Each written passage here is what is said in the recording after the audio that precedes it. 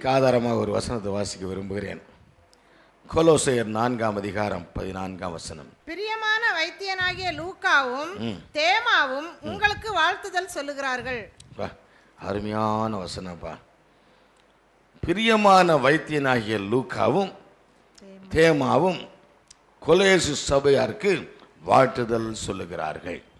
பவுல் யாருன்னு பார்த்தா பெரிய ஊழியக்காரன்.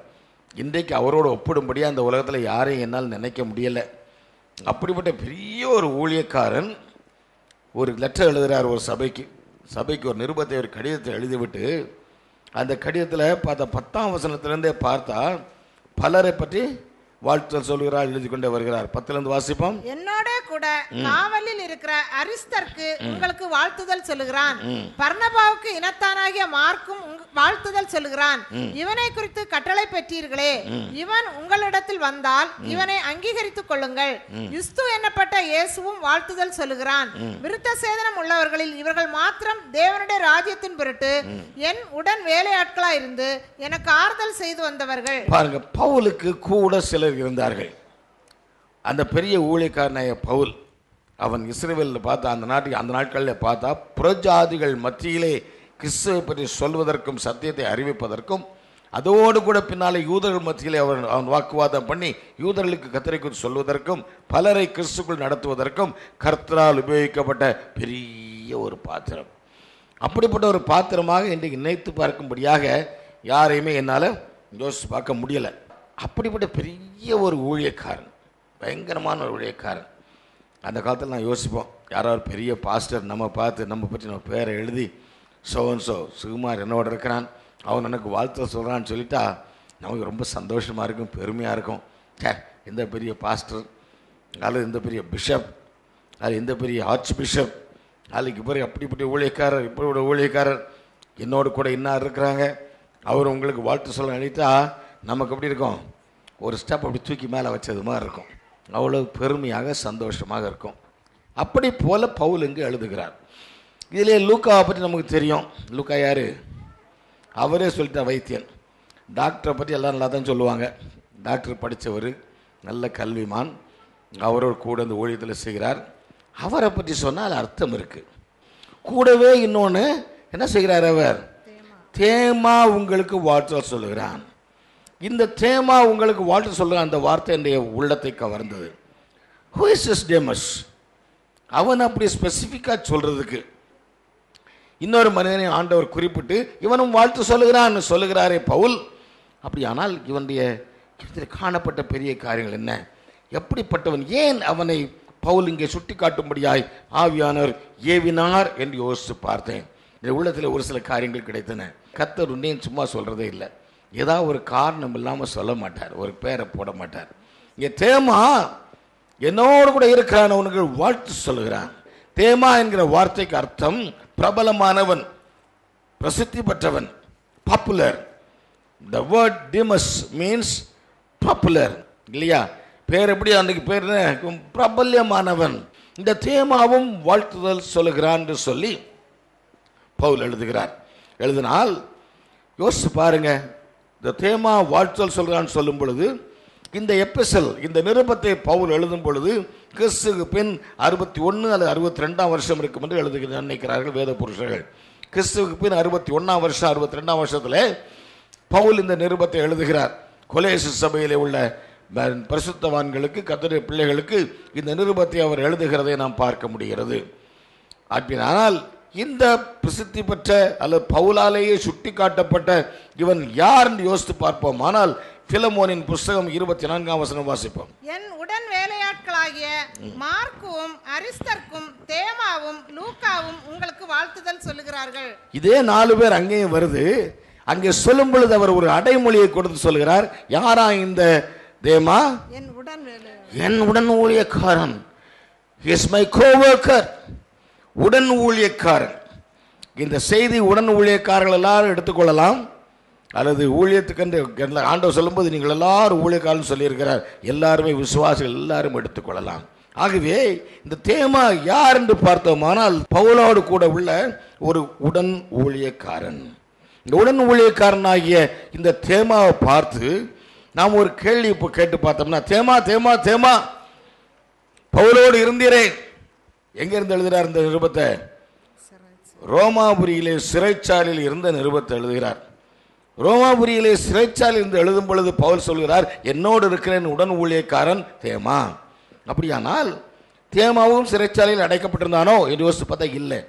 சிறைச்சாலையில் தோமா இல்லை. அரிஸ்தர்க்கு சிறைச்சாலையில் இருந்தான், சிறைக்குள்ளே இருந்தான். இவன் சிறை வெளியே இருந்தான், ரோமாபுரியில் இருந்தான். அடிக்கடி போய் என்ன செய்திருந்தான்? பவுலோடு கூட அவன் இருந்து கொண்டிருந்தான், உறவாடி கொண்டிருந்தான். தேமா பார்த்து, தேமா நீ உடன் ஊழியக்காரன், இப்பொழுது சிறைச்சாலையில் பவுல் இருக்கும் பொழுது நீ என்ன செய்து கொண்டிருக்கிறாய் என்று தேமா பார்த்து ஒரு கேள்வி கேட்டோம்னா அவன் சொல்லுவான், ஐயோ அந்த அனுபவத்தை நீ கேட்கணுமே, நான் சிறைச்சாலைக்குள்ளே இல்லை, உண்மைதான். அந்த சிறைச்சாலையுடைய சைஸ் என்னன்னு எனக்கு தெரியும். முடங்கி படுக்க கூட இடமில்லாத சின்ன ஒரு அறை, அதில் தான் நம்ம பவுலையா இருந்தாருன்னு சொல்லுவான். சரி, என்ன பண்ணிட்டு இருந்த? அருமையான ஐக்கியம். பவுலோடு கூட சேர்ந்து நாங்கள் ஜெபித்தோம், பவுலோடு கூட நாங்கள் சம்பாஷித்தோம், மணிக்கணக்காக பேசிட்டு இருந்தோம், மணிக்கணக்காக ஜெபித்துட்டு இருந்தோம், மணிக்கணக்காக ஆண்டவரை பற்றி தெரிந்து கொண்டோம். என்ன தெரிந்து கொண்டாய் தேமா? பவுலை பற்றி. பவுல் என்ன சொன்னார் உங்ககிட்ட என்று கேட்டால் சொல்லுவோம், ஐயா அவர் சொன்னார் எல்லாமே குப்பைன்னு சொன்னாரியா. என்ன சொன்னார்? எல்லாமே குப்பை, நாம் படித்தது வீண், படித்தது குப்பை, என்று சொத்து குப்பை, ஆஸ்தி குப்பை, அந்தஸ்து குப்பை, எல்லாம் குப்பை.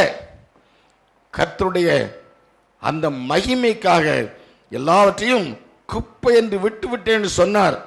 அதை யோசிச்சு பார்த்தா எங்களுக்கெல்லாம் புல்லரிச்சு போச்சு. எவ்வளோ பெரிய ஊழியக்காரரோடு கூட சிறைச்சாலையில் இருந்து பேசி கொண்டிருப்பது எவ்வளோ பெரிய ஸ்லாக்கியம். அப்படித்தானே? வேற எதுவும் உண்டா? உண்டு.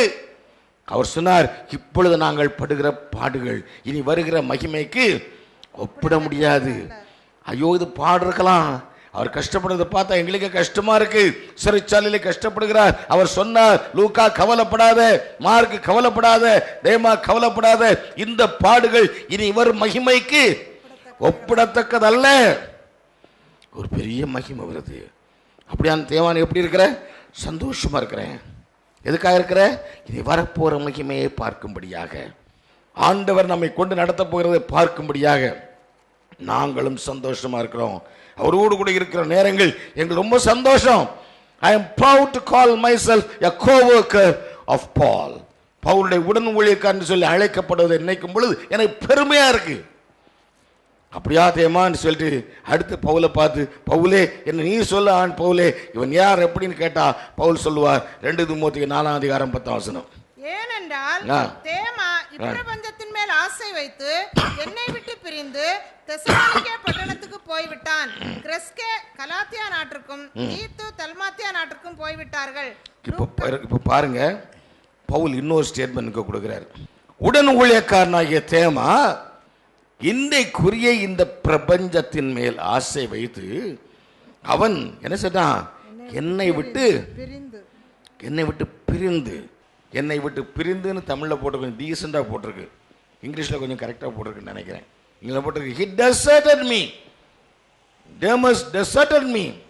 நான் சிறைச்சாலையில் இருக்கும் பொழுது கூட இருந்தான், இப்பொழுது நான் சிறைச்சேதம் பண்ண போறேன். நான் சிறைச்சேதம் பண்ண போற நேரத்தில் இப்படி துக்கமான வேதனையான மிகவும் பயங்கரமான சூழலே எனக்கு உடன் ஊழியக்காரர் கூட பேசினா சந்தோஷமா இருக்கும். அப்படி திரும்பி பார்த்தேன், அதுவரை ஓடி வந்த தேமாவை இப்ப காணல.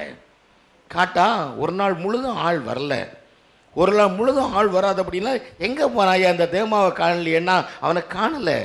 ஒரு நாள் காணல, அப்புறம் வந்தார், கேட்டா இல்லாமல் பதில் சொன்னார். 3 நாட்கள் திருப்பியும் காணல. அப்போ என்னன்னு கேட்டா அதுக்கு தத்தப்பத்தன்னோ பதில் சொன்னார். எப்படியானாலும் இப்பொழுது அவன் என்னை கைவிட்டு விட்டு போய்விட்டான். நான் மிகவும் நெருக்கமாக சிறைச்சேதம் பண்ணப்பட போகிற நேரத்திலே அவன் என்னை விட்டு போய்விட்டான். இதுக்கு என்னன்னு பார்த்தா இதுக்கு அவன் ஒரு தீர்மானம் எடுத்தான். had a wrong decision, had a wrong desire. ஒரு தேவையில்லாத தவறுதலான ஒரு ஆசை. என் ஆசை இப்பிரபஞ்சத்தின் மேல் ஆசை. இந்த பிரபஞ்சத்தின் மேல் ஒரு கிறிஸ்தவன் ஆசை வைப்பானால் அவன் தேமாவுடைய சகோதரனாகவோ அல்லது தேமாவுடைய நெருங்கிய நண்பனாகவோ தான் இருக்க முடியும்.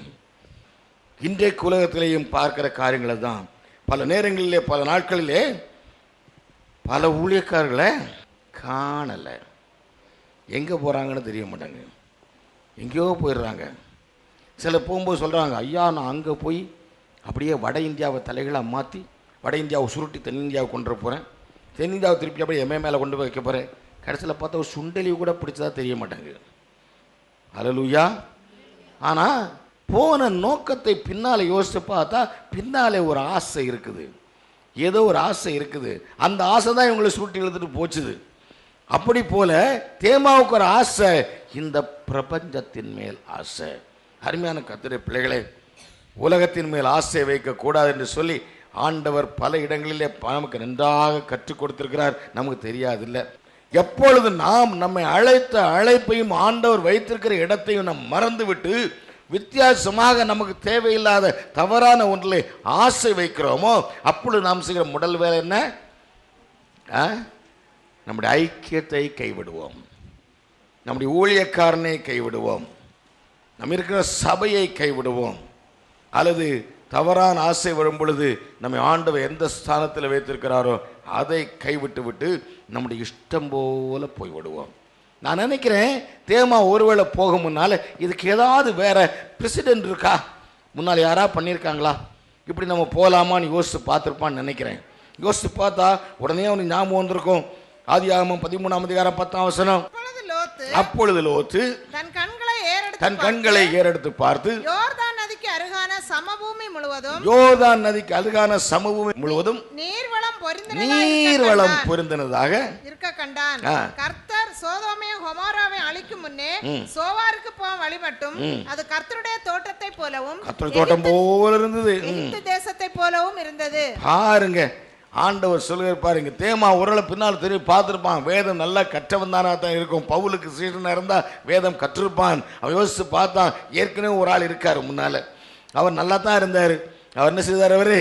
அவர் பார்த்தார், சுற்றி பார்த்தார், சுற்றி கித்தி பார்த்து பிரச்சனை வந்த நேரத்தில் சுற்றி பார்த்த பொழுது அழகா பச்சை பசேல் இருந்தது. உடனே நல்லதப்பா இங்கே போகணும், இந்த பிரபஞ்சத்தை பார்த்து ஆசைப்பட்டு அங்கே போய்விட்டார். அப்படியானா நமக்கு ஏற்கனவே முன்னாலே முன் உதாரணம் ஒன்று இருக்கிறது.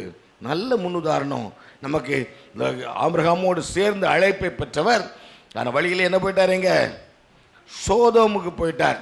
ஆகவே இப்பொழுது நான் இந்த உலகத்தை நேசித்தால் என்ன, உலகத்தில் ஆசை வைத்தால் என்ன, உலகத்தின்படி நடந்தால் என்ன? இன்றைக்கு பல ஊழியக்காரர்கள் பலர் இன்றைக்கு கேட்கிற கேள்வி அதுதான். பலர் நினைக்கிறது, ஏன் ஏன் இருந்தால் என்ன, ஏன் ஏன் இருக்கக்கூடாது, நான் இப்படி இருந்தா என்ன, நான் அப்படி இருந்தா என்ன? இந்த கேள்வி ஆண்டவரை பார்த்து கேட்கணும். ஆண்டவர் சொல்லிக் கொடுத்துக்க ஒரே ஒன்று, உலகத்தின் மேல் அன்பு வைக்காத, உலகத்தின் மேல் அன்பு வைக்காதுன்னு சுருக்கம் அவர் சொல்லி முடிச்சிட்டார்.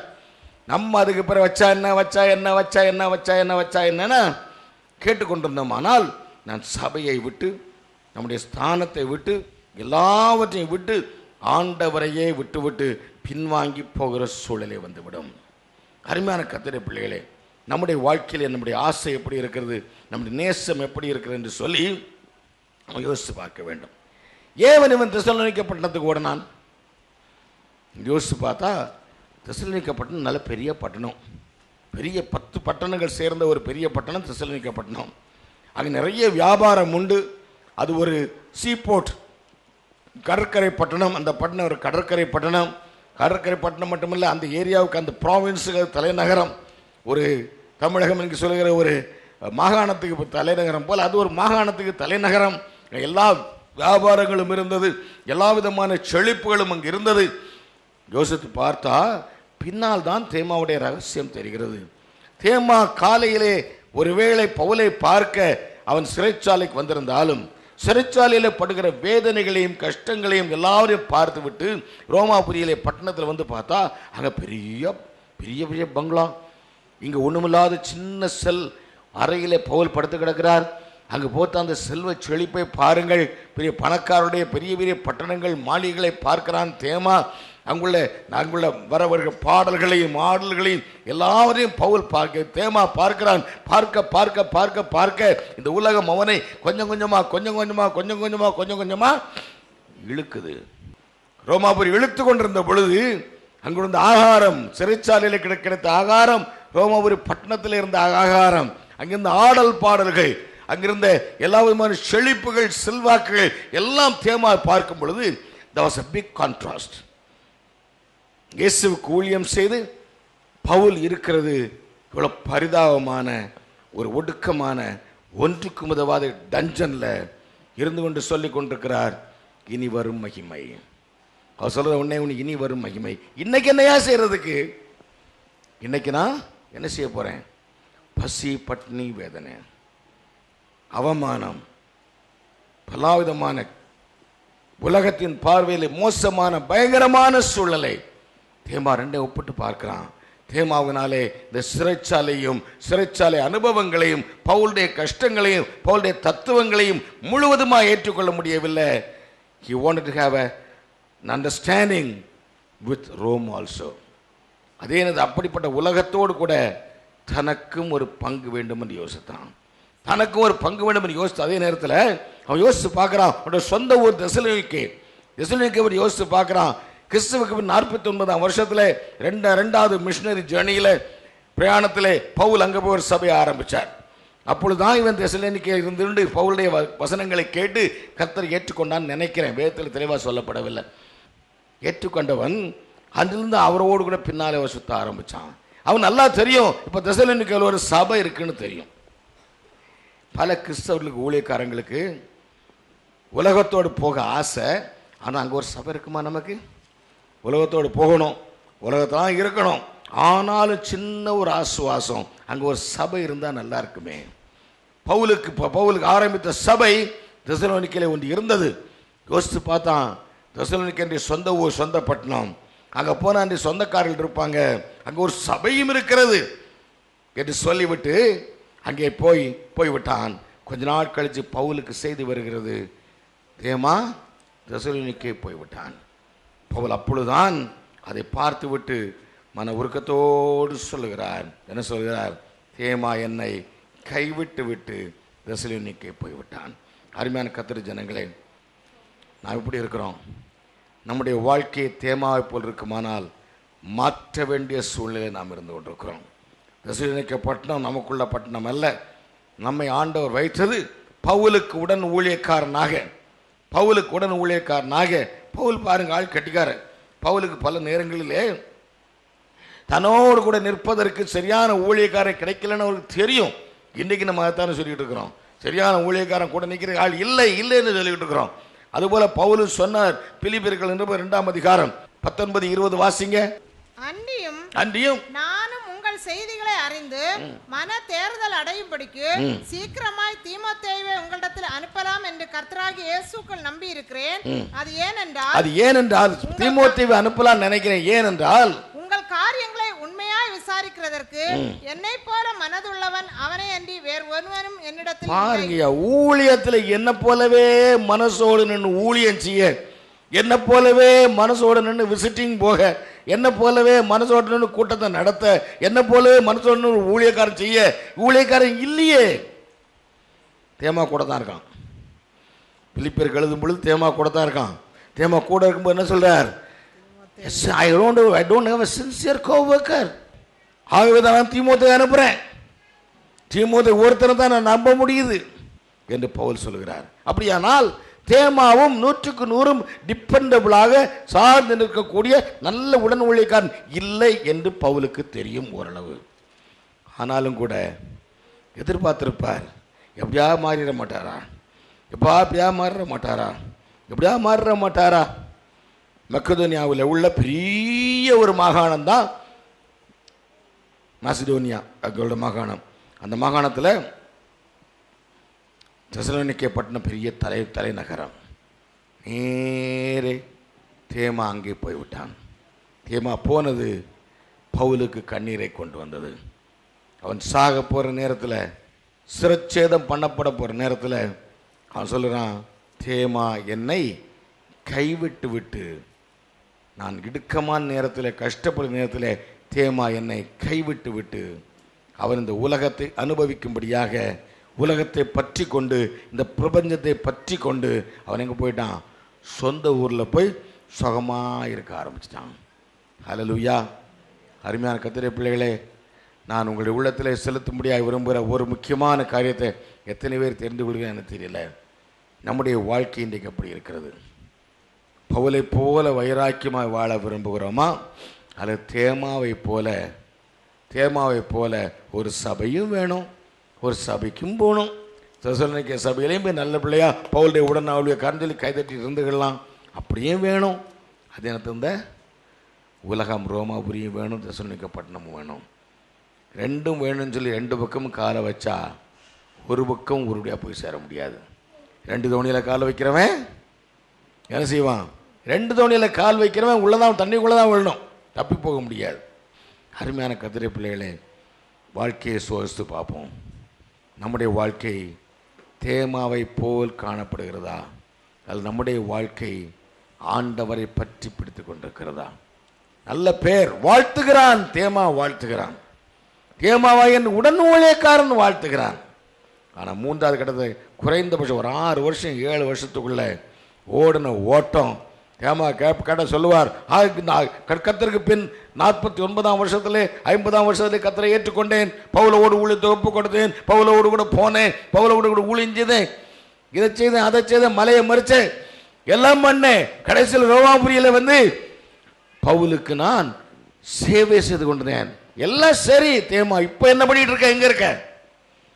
உனக்கு ஒரே கேள்வி, இப்போ என்ன பண்ற? எங்க இருக்க? பவுல் சாகலையே, பவுல் உயிரோடு தானே இருக்கிறார், எங்க இருக்கிற நீ?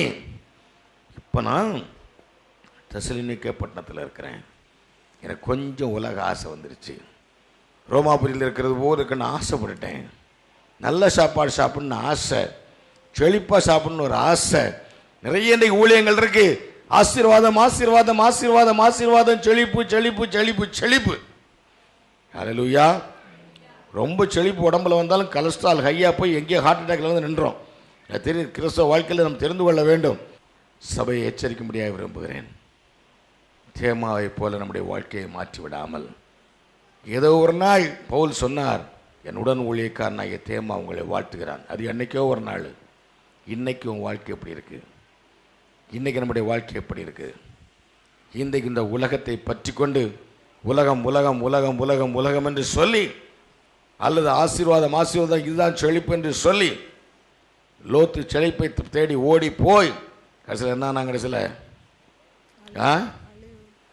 கடைசியில் லோத்துடைய முடிவு என்னாச்சு? செத்தான், ஒன்றுமே இல்லாமல் செத்தான். தேமாவுடைய வாழ்க்கையும் அப்படித்தான் போய் அமைந்து விட்டது. இன்னைக்கு அநேக கிறிஸ்தவருடைய வாழ்க்கை அப்படித்தான் அமைந்து கொண்டிருக்கிறது. அருமையான சகோதரியே சகோதரியே, தேமா இப்பிரபஞ்சத்தின் மேல் ஆசை வைத்து என்னை கைவிட்டு விட்டான். அருமையான கத்திரை பிள்ளையே, உன்னுடைய ஆசை எங்கே இருக்கிறது? அருமையான கத்திரை பிள்ளைகளே, நம்முடைய வாழ்க்கையை தேமாவுடைய வாழ்க்கையோடு கூட ஒப்பிட்டு பார்ப்போம். நாமும் பல நேரங்களிலே பெருமைப்படுகிறோம், சந்தோஷப்படுகிறோம். என்ன பெருமைப்படுறோம்? நான் ரட்சிக்கப்பட்டு எத்தனை வருஷம் ஆச்சு தெரியுமா? கர்த்தருக்கு ஊழியம் செய்ய ஆரம்பிச்சு எத்தனை வருஷம் ஆச்சு தெரியுமா?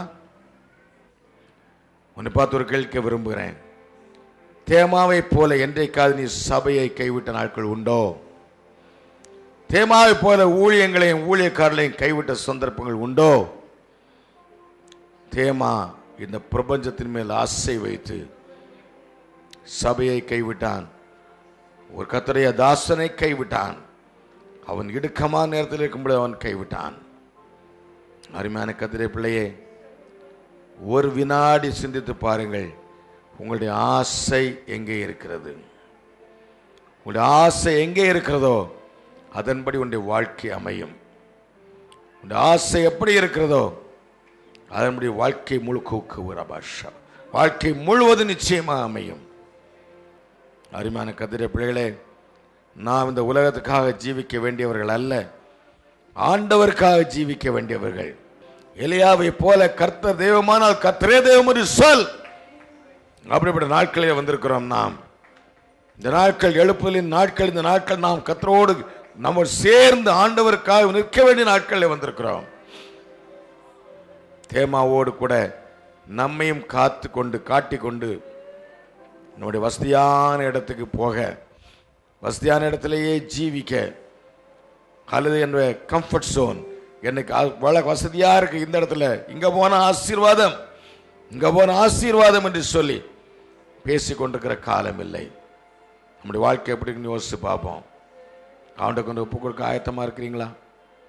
நான் தேமாவை போல இருக்க மாட்டேன் ஆண்டவரே, நான் தேமாவை போல நல்ல ஒரு உடன் ஊழியக்காரன் சொன்னாரே, அந்த பவுலை கைவிட மாட்டேன், இந்த பிரபஞ்சத்தின் வைக்க ஆசையை வைத்து உண்மை விட்டு ஓட மாட்டேன் ஆண்டவரே, எனக்கு சுகமாய் தோன்றுகிற இடத்துக்கு நான் ஓட மாட்டேன் ஆண்டவரே என்று சொல்லி ஆண்டுக்கு ஒப்பு கொடுப்போமா? எங்களை நேசிக்கிற நல்ல பிதாவே, சுவாமி இந்த நல்ல சமயத்துக்காக ஸ்தோத்திர ராஜா. நீர் இன்று எங்கள் ஒவ்வொருவரோடும் பேசினீர் ஆண்டவரே. தேமாவை பற்றி ஆண்டவரே நீர் எங்களுக்கு காட்டி கொடுத்தீர் ஆண்டவரே. இந்த பிரபஞ்சத்துக்கு பின்னால் போக ஆண்டவரே அவனுக்கு மன வந்ததாக ஆண்டவரே அவன் கட்டாயமாக துக்கப்பட்டிருப்பான் என்று அறிகிறோம் ஆண்டவரே. அது போல இந்த நேரத்திலே சுவாமி நாங்கள் சபையாக இடத்தில் நிற்கிறோம் ஆண்டவரே. ஆண்டவரே தீமோத்தேயுவை போல ஆண்டவரே தீங்கு அனுபவிக்க நாங்கள் ஒவ்வொரு ஆண்டவரே எங்களை ஒப்பு கொடுக்க கிருபை தாரும் ஆண்டவரே. நீர் எங்களுக்கு கிருபை தாரும் ஆண்டவரே. ஆண்டவரே இந்த அநித்தியமான உலக காரியங்களையோ ஆண்டவரே மனுஷீக காரியங்களோ ஆண்டவரே லோத்தை போல அல்ல ஆண்டவரே. நாங்கள் தேவையற்றதை தெரிந்து கொள்ளாமல் உண்மையே பற்றி கொண்டு ஆண்டவரே உமக்கென்று ஊழியம் செய்ய ஆண்டவரே தீங்கு அனுபவிக்க உதவி செய்யும் ஆண்டவரே. இப்போது இங்க இருக்கிற ஒவ்வொருவரையும் இடத்தில் வைக்கிறோம் சுவாமி. யார் யார் மனவேதனையோடு கஷ்டத்தோடு பாரத்தோடு இருக்கிறார்களோ சுவாமி, ஆண்டவரே இந்த பிரபஞ்சத்திலே இவ்வளவு கஷ்டம் இருக்கிற இந்த உலகத்திலே இவ்வளவு கஷ்டப்பட்டு கொண்டிருக்கிறேன் ஆண்டவரே, ஒவ்வொருவரையும் இடத்தில் வைக்கிறோம் சுவாமி. அநித்தியமான காரியங்களை அல்ல சுவாமி, இனி வரும் காரியங்களை நாங்கள் நோக்கி கொண்டு அதையே பார்த்து கொண்டு எங்கள் ஜீவியத்தை நாங்கள் தொடர நீ திருப்பை தாரும் ஆண்டவரே. உலக காரியங்கள் எதுவும் எங்களுக்கு வேண்டாம் ஆண்டவரே. எங்குள்ள ஒவ்வொரு வாழ்வு பிள்ளையும் உடைய கருத்தில் வைக்கிறேன் சுவாமி. உலக காரியங்கள் பின்னால் போகாதபடி ஆண்டவரே அவர்கள் ஆண்டவரை உண்மையே நோக்கி கொண்டு ஆண்டவரே தங்கள் வாழ்க்கையை ஓட்ட கிருபை செய்யும் ஆண்டவரே. எல்லா கஷ்டங்களிலும் எல்லா துக்கத்திலும் எல்லா பிரச்சனைகளிலும் ஆண்டவரே நீர் கூட இருப்பதை உணர்ந்தவராக உண்மை படித்துக் கொண்டவர்களாக ஆண்டவரே தங்களின் இலக்கை நோக்கி ஓட ஒவ்வொருவருக்கும் கிருபை தாரும் ஆண்டவரே. இங்கே கை உயர்த்துற ஒவ்வொருவருக்காக வருகிறோம் ஆண்டவரே. ஒவ்வொருவருக்கும் வேண்டிய கிருபையை தாரும் ஆண்டவரே. கேட்டுக்கொண்டிருக்கிற பார்த்து கொண்டிருக்கிற ஒவ்வொருவருக்காக வருகிறோம் ஆண்டவரே. எல்லாரும் ஆண்டவரே உலகத்தின் மேல் ஆசை வைக்காதபடி உண்மையே பார்த்து கொண்டு ஆண்டவரே உம்மால் வருகிற நன்மையை மாத்திரம் பற்றி கொண்டு ஜீவிக்க கிருபை தாரும் ஆண்டவரே. யார் யார் உலக கவலையோடு பாரத்தோடு பிரச்சனையோடு இங்கே இருக்கிறார்களோ சுவாமி, ஆண்டவரே நீர் விடுதலையை கொடும் ஆண்டவரே. உம்முடைய விடுதலை வேண்டும் ஆண்டவரே. விடுதலை எதிர்பார்த்து வந்திருக்கிற ஒவ்வொருவருக்கும் சுவாமி நீ பூரண விடுதலையை கொடும். வேதனையோடு ஆண்டவரே உடம்பிலே வியாதிகளோடு துக்கத்தோடு யார் யார் வந்திருக்கிறார்களோ சுவாமி எல்லாருக்கும் வேண்டிய விடுதலையும் ஆண்டவரே பரலோகத்தில் உள்ள சமாதானத்தையும் சந்தோஷத்தை நீர் கொடும் ஆண்டவரே. ஆசீர்வதியம் வந்து ஒவ்வொருவரையும் ஆசீர்வதியம் ஆண்டவரே. உம்முடைய ஆசீர்வாதத்தின் கரம் எங்களை தொடட்டும் ஆண்டவரே. நாங்கள் உண்மை மாத்திரம் பார்த்து கொண்டு உம்மால் வருகிற ஆசீர்வாதங்களை மாத்திரம் பெற்றுக்கொண்டு உம்மால் வருகிற சமாதானத்தையும் சந்தோஷத்தையும் மாத்திரம் ஆண்டவரே எங்கள் லக்காக வைத்துக் கொண்டு இந்த உலகத்திலே ஓட எங்களுக்கு கிருபை தாரும். ஆசீர்வதியம் காத்துக்கொள்ளும். உம்முடைய கிருபை தாங்கட்டும். இயேசுவின் மூலம் தாழ்மையாக கேட்கிறேன் பிதாவே. என் ஆத்துமாவே கர்த்தரை ஸ்தோத்திரி, என் முழு உள்ளமையோடு நாமத்துக்கு ஸ்தோத்திரி. என் ஆத்துமாவே கர்த்தரை ஸ்தோத்திரி, சகல பாரங்களையும் மறவாதே. நம்முடைய கர்த்தராகிய இயேசு கிறிஸ்துவின் கிருபையும் பிதாவாகிய தேவனுடைய அன்பும் பரிசுத்தாவின் ஐக்கியமும் நம் ஒவ்வொருவரோடும் நம்முடைய குடும்பங்களோடும் நம்முடைய ஊழியங்களோடும் கர்த்தருடைய வருகை மட்டும் இருப்பதாக. ஆமென், ஆமென், ஆமென். எனக்கு அருமையான சகோதர சகோதரிகளே, இந்நிகழ்ச்சியின் மூலமாய் ஆசீர்வாதம் பெற்ற உங்கள் அனைவரையும் கர்த்தராகிய இயேசுவின் நாமத்தில் வாழ்த்துகிறேன். உங்களுடைய ஜெப தேவைகளுக்கு எங்களுக்கு எழுதுவீர்களானால் நாங்களும் எங்களுடைய ஜெப குழுவினரும் உங்களுக்காக ஜெபிக்க ஆயத்தமாக இருக்கிறோம். மீண்டும் அடுத்த வாரம் இதே நேரம் புது தேவ செய்தியுடன் உங்களை சந்திக்கிறேன். அதுவரை கர்த்தர் உங்களை ஆசீர்வதிப்பாராக.